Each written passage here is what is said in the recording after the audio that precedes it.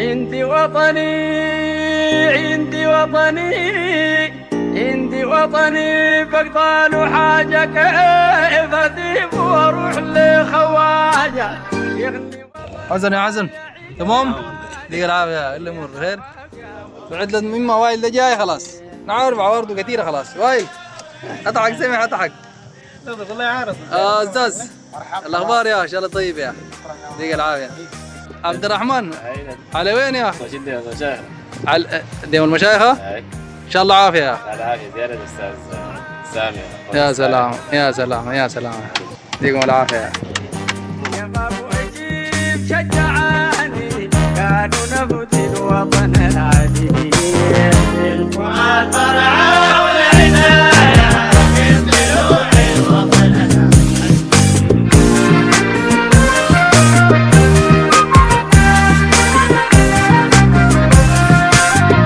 من حلو غريب الذي جوده البلاد معروفة حدوده. كل أمة تفخر بإنجازاتها في شتى نواحي الحياة وتعتبر من صنع هذا الإنجاز أبطالا يتقلدون بالحب والاحترام، وتظل سيرتهم نبراسا يضيء إلى الأجيال القادمات. وهكذا أستاذنا الجليل سامي تاج الدين مدرس التربية الإسلامية بمدارس ود الحداد لفترة من الزمن، وهو صاحب المقولة الشهيرة تشاهد غدا. كنا معه بمنزله العامر بقرية ديما المشايخة بمحلية جنوب الجزيرة.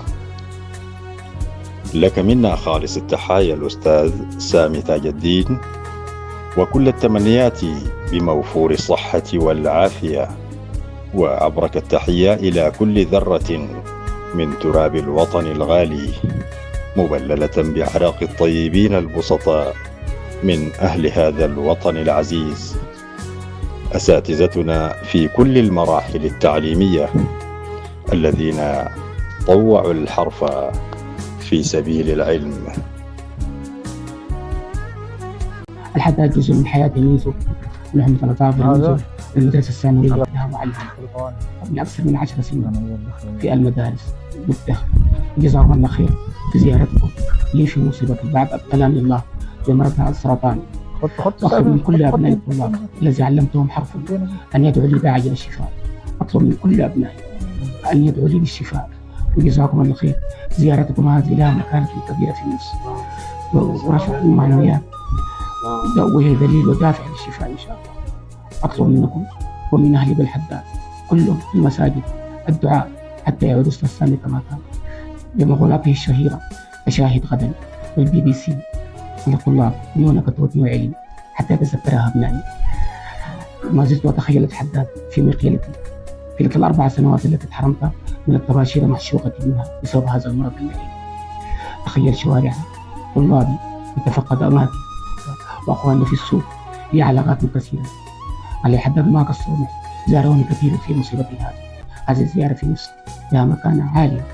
أتمنى لكم التوفيق والسداد، وأتمنى لكم الله كلهم النجاح والتوفيق، ولأهل الحداد التقدم والازدهار، وللسودان يحفظ السودان، وأهل السودان يحفظ الحداد وشباب الحداد.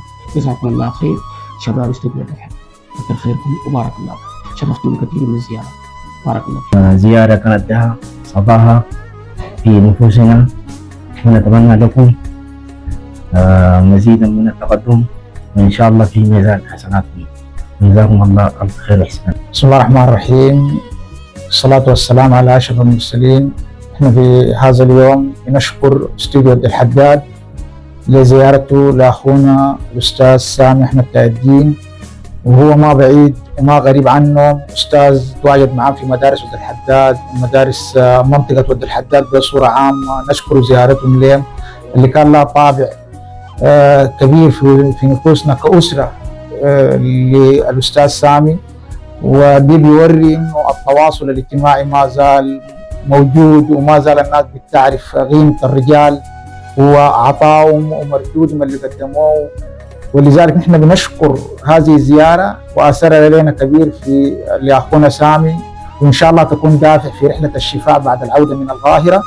إن شاء الله ربنا يقدرنا ونجيب سند لأخونا سامي وسند لود الحداد اللي ظلت وما ظلت، هي بتختلف عن كل المناطق في رعايتها وحفظها لجميع لأخوانها ولأبنائها الذين قدموا. إن شاء الله نكون نحن امتداد لسامي في منطقة الحداد. نحن إنسان ما زي سامي، لكن قدموا سامي شيء كبير في منطقة الحداد ومعروف في السوق. من خلال زيارتنا وتواجدنا في الحداد الناس بتزارنا، حتى الصغار قبل الكبار، وخاصة فترة امتحانات الشهادة الناس تقول لك تشاهد غدا. إن شاء الله نبقى نحن جزء من سامي نضيف للي قدموا. وشكرا لكم استوديو ود الحداد، وإن شاء الله مزيدا من الزيارات في الخير إن شاء الله. تسلم. عندي وطني عندي وطني عندي وطني بقطع حاجة كيف أسيب وأروح لخواجة. عادي جزاكم الله خير يا أخي. يعيني حاجة في هواك يا وطني العزيز. الله عبد الرحمن عادي ماش معانا أنت ولا ما أخوك؟